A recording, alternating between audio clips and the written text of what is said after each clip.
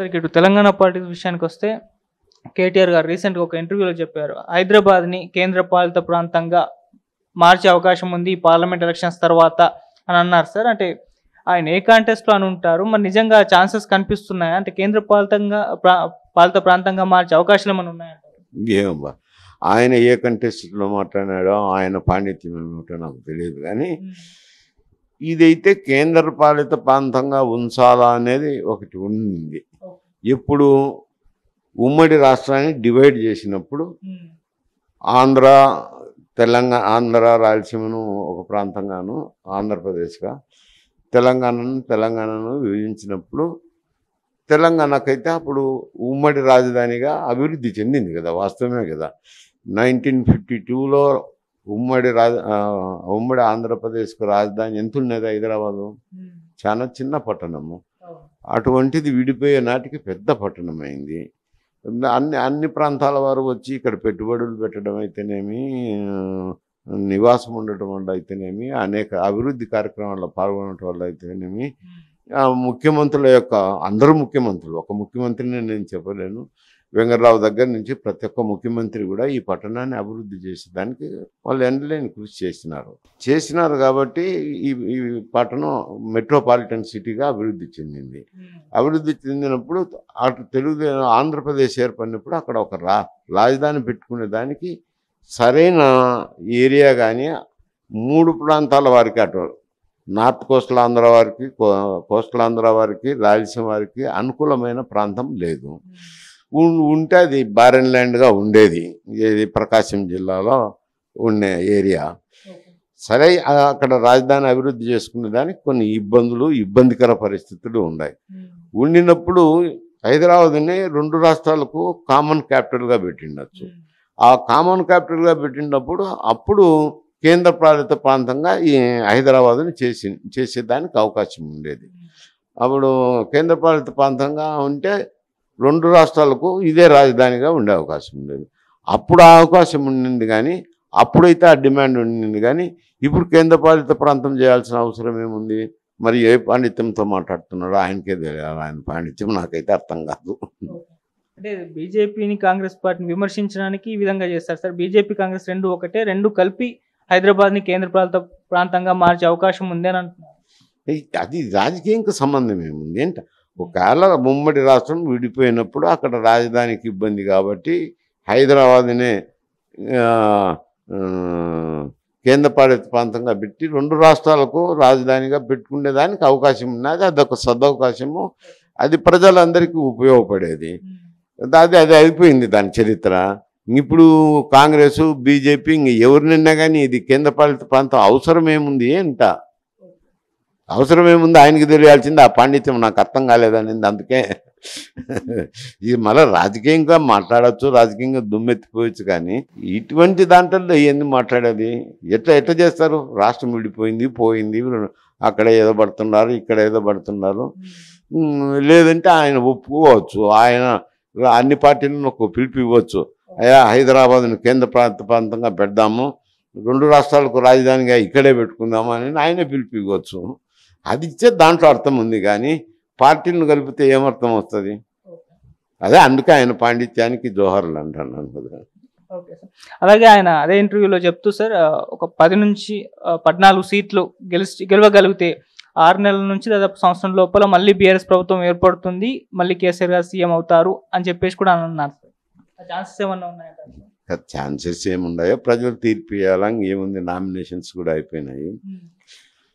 కానీ పరిస్థితులు ఇక్కడ చూస్తే కొంచెం ఏదైనా బయట వ్యక్తులను మాట్లాడినా సర్వేలు అందు చూసినప్పుడు ఇక్కడున్న ఫైట్ కాంగ్రెస్ వర్సెస్ బీజేపీ ఉంది. బీఆర్ఎస్ గురించి అంత పెద్దగా లేదు. బీఆర్ఎస్ గురించి పెద్దగా లేదు, కానీ మరి వాళ్ళ ఆశలు ఉంటాయనుకోండి, పార్టీ కాబట్టి ఆశలు ఉంటాయి, మాట్లాడచ్చు.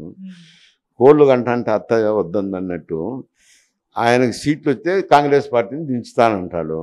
వచ్చినప్పుడు కదా రావాలి కదా, రాకముందే అత్యాస పడితే ఊహించుకుంటే ఏమొస్తుంది? అది 14 సీట్లు వస్తే కొంచెం ఇబ్బందికర పరిస్థితులే అనుకో, అది అందరికీ తెలిసిన నగ్న సత్యమే. రావాలి కదా 14 సీట్లు, వచ్చినప్పుడు మాట్లాడాలి. కానీ ఇది కలలు కనడం అంటారు. సరే, ఇటు జగన్మోహన్ రెడ్డి గారు నేను ఒక ఇంటర్వ్యూలో మాట్లాడుతూ షర్మిల గారిని అండ్ రేవంత్ రెడ్డి గారు ఇద్దరు కూడా చంద్రబాబు గారి కంట్రోల్లో ఉన్నారు, వాళ్ళ రిమోట్ ఏం దగ్గరనే ఉంది, వాళ్ళు ఎట్లా ఆడిస్తే అలా ఆడుతున్నారని చెప్పేసి అని అంటున్నారు. మరి ఆ ఛాన్సెస్ ఏమన్నా ఉన్నాయంటారు? ఎన్నికల్లో మాట్లాడేటప్పుడు ఏవేవో మాట్లాడుతుంటారులేండి. ఎందుకంటే వారికి వ్యతిరేకించే పార్టీలను మీద దుమ్మెత్తి పోస్తుంటారు. జగన్మోహన్ రెడ్డి వాళ్ళ మీద దుమ్మెత్తి పోసినారనేది అంటే ఆయన చేస్తారు, ఆయనకు వ్యతిరేకంగా ఉండేవారు జగన్మోహన్ రెడ్డి మీద కూడా దుమ్మెత్తి పోస్తుంటారు. ఇది రకరకాలుగా జరిగే కార్యక్రమమే రాజకీయం. రేవంత్ రెడ్డి ఆయన ఎవరు రిమోట్ కంట్రోల్లో ఉంటారు? కాంగ్రెస్ పార్టీలో ఉంది. Congress party national party, India కూటమి ఉంది. ఇవన్నీ చాలా రెస్ట్రిక్షన్స్ ఉన్నాయి. ఆయన ఒక చేతిలో కంట్రోల్ అయ్యేదానికి, రిమోట్ అయ్యేదానికి ఆయన పైన హైకమాండ్ ఉంది కాబట్టి అయ్యేదానికి లేదు. ఆమె షర్మిలమ్మ అనేది కాంగ్రెస్ పార్టీ అంటే ఇక్కడ కూడా రేవంత్ రెడ్డి కాంగ్రెస్ పార్టీ ఉన్నప్పుడు తప్పకుండా పక్క రాష్ట్రంలోనూ మొన్నటి వరకు కలిసిన రాష్ట్రము ఒకే రాష్ట్రంగా ఉన్నప్పుడు ఇక్కడున్న రేవంత్ రెడ్డి గారు అక్కడున్న కాంగ్రెస్ పార్టీకి సహాయ సహకారాలు అందించడంలో తప్పు లేదు.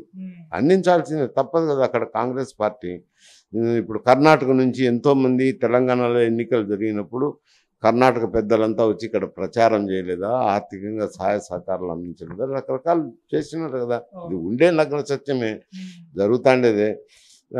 అలాగే అక్కడ కూడా సహాయ సహకారాలు అందించవచ్చు. అంత మాత్రాన చంద్రబాబు నాయుడు కంట్రోల్లో రిమోటు వీళ్ళ చేతుల్లో ఉంటుందంటే ఈయన ముఖ్యమంత్రిగా ఉన్నాడు, ఆయన ముఖ్యమంత్రిగా కూడా లేడు.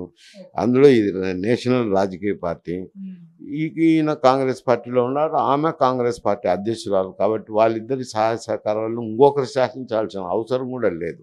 అక్కడ ఏదైనా ఇబ్బందులు ఆర్థికంగా కానీ ఇంకొక రకంగా వచ్చినప్పుడు ఈ రాష్ట్ర ముఖ్యమంత్రి ఆదుకోవాల్సిన బాధ్యత, కాంగ్రెస్ పార్టీ ముఖ్యమంత్రిగా ఉన్నాడు ఆదుకోవాల్సిన బాధ్యత ఆదుకుంటారు. అంతేగాని కాకపోతే షర్మిల గారేమీ కూటమిలో లేరు. అది జనసేన, తెలుగుదేశము, బీజేపీ ఒక కూటమిగా ఉన్నాయి. బీజేపీ అంటే కాంగ్రెస్కు నేషనల్ లెవెల్లోనే ఒక కూటమిని ఏర్పాటు చేసి బీజేపీకి వ్యతిరేకంగా పోరాడుతున్న పార్టీ కాంగ్రెస్ పార్టీ.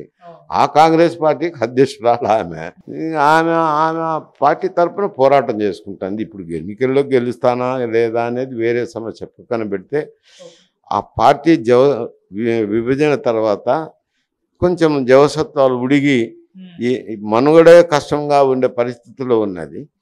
ఈమె అధ్యక్షురాలు అయిన తర్వాత కొంచెం చలనం వచ్చింది, అభ్యర్థులను పోటీలో నిలబెడుతుంది. కొంత గెలుస్తుందా గెలవదా అనేది అవతల వేరే విషయము. ప్రతి నియోజకవర్గంలోనూ అభ్యర్థులు నిలబెట్టేదానికి, చైతన్యం చేసేదానికి, పార్టీని రిజనరేట్ చేసేదానికి ఆమె ప్రయత్నాలు ఆమె చేసుకుంటుంది. ఆమెకు రేవంత్ రెడ్డి సహకరించడంలో తప్పేం లేదు. కాంగ్రెస్ పార్టీకి పక్కనున్న వాళ్ళ తండ్రి గారు ఇక్కడ ఆంధ్ర రాష్ట్రంలో ఉన్నప్పుడు, అధికారంలో ఉన్నప్పుడు పక్క రాష్ట్రాలకు సాయం చేశాడు కదా. పక్క రాష్ట్రాల్లో ఉన్న పార్టీలు ఇక్కడున్న కాంగ్రెస్ పార్టీకి సహకారం అందించినారు కదా. అది సహజమే. అది దాన్ని అంత అసహజంగా చూడాల్సిన అవసరము, రిమోట్ కంట్రోల్ అనాల్సిన అవసరం లేదు. జగన్ గారు అది చెప్తూనే మళ్ళీ షర్మిల గారి గురించి, ఆమె కడపలో పోటీ చేయడం మంచి విషయమే, కాకపోతే ఆమెకి డిపాజిట్లు కూడా రావు, అదొకటే బాధగా ఉంది అని అన్నారు సార్. అంటే ఆమె కాంగ్రెస్ పార్టీ తరఫున నిలబడుతుంది. కాంగ్రెస్ పార్టీని ఇప్పుడిప్పుడే ఆమె రిజనరేట్ చేస్తుంది. ఆమె వచ్చినాక కొంచెం అభ్యర్థులు నిలుపుకోవడము, ఆ పార్టీలో చైతన్యం రావడము, ప్రజలకి కలవగలిగిన శక్తి సామర్థ్యాలు రావడం జరిగినది.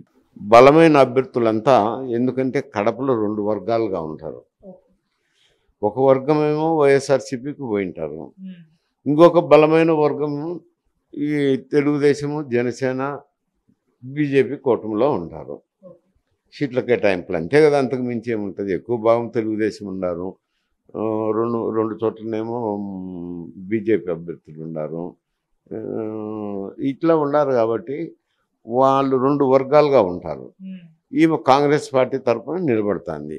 అంటే కింద శాసనసభ నియోజకవర్గాల్లోనూ కూడా అభ్యర్థులు నిలుపుకోవాల్సింది ఉంటుంది. బలమైన అభ్యర్థులేమో కూటమికి ఎన్డీఏ కూటమికి నిలబడతారు.